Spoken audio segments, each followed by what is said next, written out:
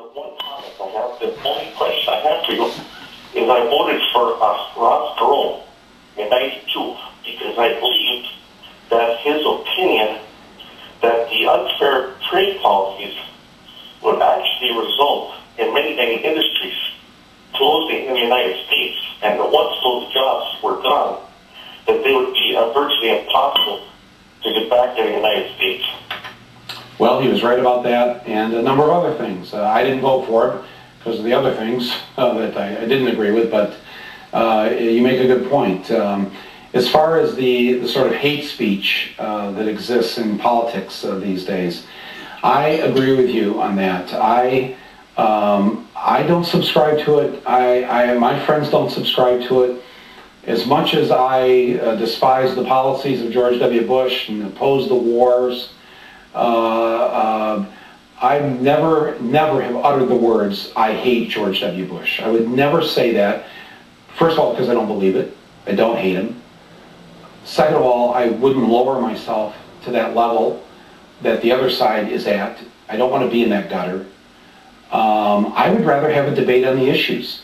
I would rather debate the George W. Bushes and the McCains and the others on the issues. Let's have that great debate, and let's have it out. You present your side, I'll present my side, and then let's let the people decide. I think that was the original concept of our democracy, and I wish we could get there. When I have an angry conservative come up to me, I always say to him, usually to him, I always say, we're all Americans, and we're all in the same boat, and we're gonna sink or swim together, and we better figure that out. And we can have our opposing viewpoints or whatever, but it might be good to spend a little bit of time, especially if I get stuck next to one of these guys on an airplane. I'll say, if we took out a piece of paper right now and drew a line down the middle, and said, okay, let's put on this side, here are all the things you and I agree on, and on this side all the things we disagree on. The side that has the things we agree on is going to be a much longer list. I'm absolutely convinced of that. Conservatives watching this show right now, you and I believe in many of the same things. We believe that women should be paid the same as men if they're doing the same job. We believe that we should be drinking clean water and breathing clean air. We believe that we should not be the policemen of the world. We believe that kids shouldn't have access to assault weapons and take them to school. I mean, there's a whole long list of things that we agree on. And the things that we don't agree on, maybe we just need to agree to disagree. Or let's have the great debate and we'll let the people decide. So if I don't want to own a gun and you do, buy your gun. I will get one. If you don't want to have an abortion, don't have one. You probably won't feel good about it. If you don't want to have sex with another man, for God's sake, don't do it. I think you'll hate it. But if those two guys want to and they're in love, what's it to us? What's it really to us? I think we've got to try and get to that place. In Dude, Where's My Country from 2003, Michael Moore wrote a few things that liberals have been wrong about. One, drugs are bad. Men and women are different. It's really a bad idea to have sex before you're 18. MTV sucks. Granola is bad for you. The sun is good for you. People who commit violent crimes should be locked up. Your children do not have a right to privacy, and you better pay attention to what they are up to. Not all unions are good, and in fact, many of them are just plain lousy. I want to come back to that, but here's a few other things that Michael Moore says liberals have been wrong about. Bill O'Reilly makes a few good points. He's against the death penalty, he's an advocate for kids, and he opposed NAFTA. Too many of us hold a hoity-toity view of religion and think the religious are superstitious 15th century ignoramuses. Animals don't have rights. Yes, they should be treated humanely. But freeing chickens from their factory farms is idiotic. And finally, Nixon was more liberal than the last 6 presidents we've had. If we could go back to the not all unions are good.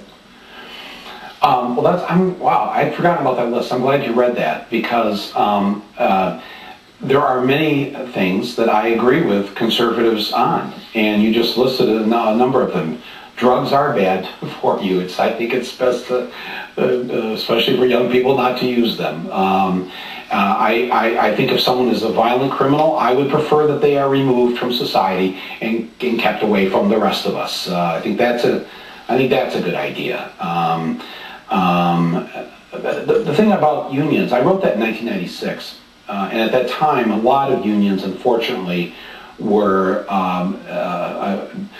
not as strong as they should have been, not coming out as strongly in favor of the things they should have been doing. I think that part has changed in the last 15 years. I'm really happy with who's running the AFL-CIO now.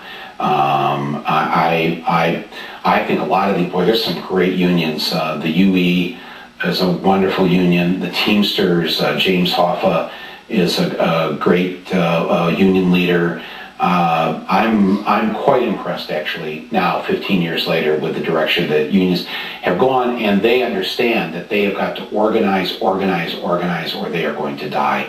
And they have got to quit, as they've now said, just depending on Democrats to just do the job, because the job hasn't been done. The other thing I would disagree with, that I've changed my mind about since I wrote that, is I do think the chickens should be freed from the factory farms. I've now read enough and seen enough, and I gave up red meat this year. I've not had any red meat now for the better part of this year, and I'm on my way to. I pretty much treat chicken and turkey now as a condiment, as opposed to a big main course. So I've had some different thinking about that since I wrote that. This email for you, Mr. Moore, from Dennis Milner of Lakeland, Florida. Thanks so much for your many stands you take for social justice and speaking truth to power. Would you please speak to us about your spiritual journey and where you currently stand with respect to your personal, religious, spiritual positions and understanding? Well, as I said before, I was raised an Irish Catholic.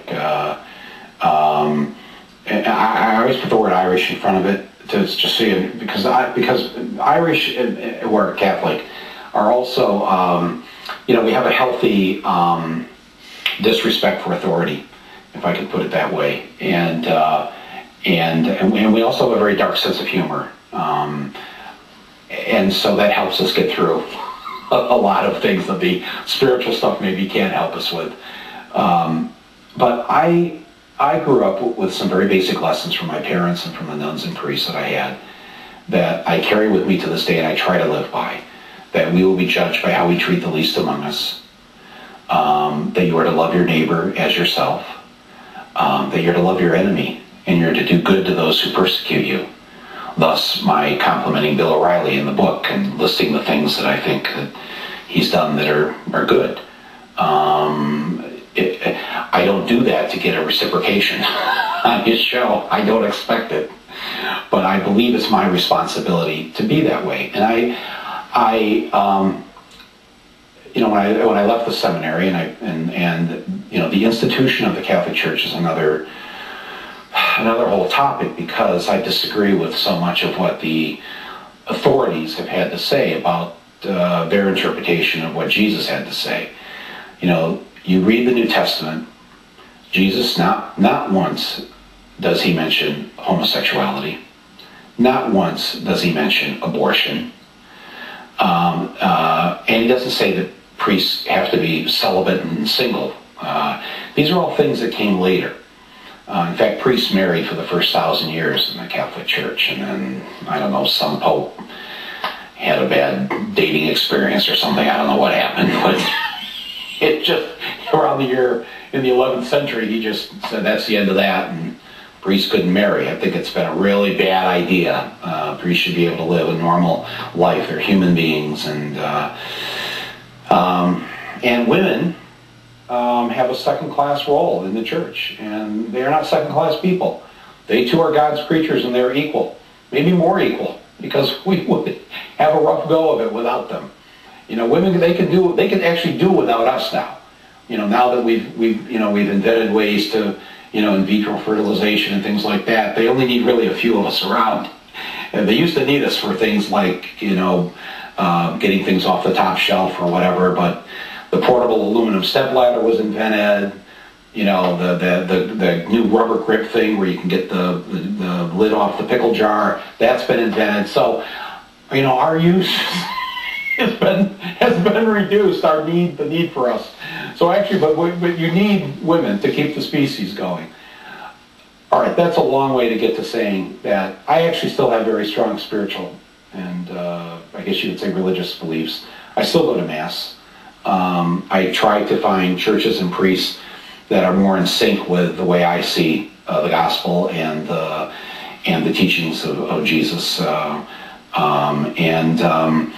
And I don't think that Jesus or the Catholic Church is the only way to do it. I mean, we sit here today talking on Gandhi's birthday. He was another great teacher and had some incredible things to offer the world, as do Muslims and Jews and Buddhists and atheists, especially atheists, because you want the other side having their say. You want to be challenged. You want them to question these things. Because by questioning, you maybe find new answers. You find out that Adam and Eve didn't ride on dinosaurs 6,000 years ago. And then you wonder when you watch the Republican debate and the moderator asks, how many of you believe in science? And only one guy raises his hand. It's like, wow. That seems pretty basic. I mean, I was waiting for the next question. How many believe in mathematics? Maybe. How about home ec? Wood shop? Just go down all the subjects in school. Made no sense. But.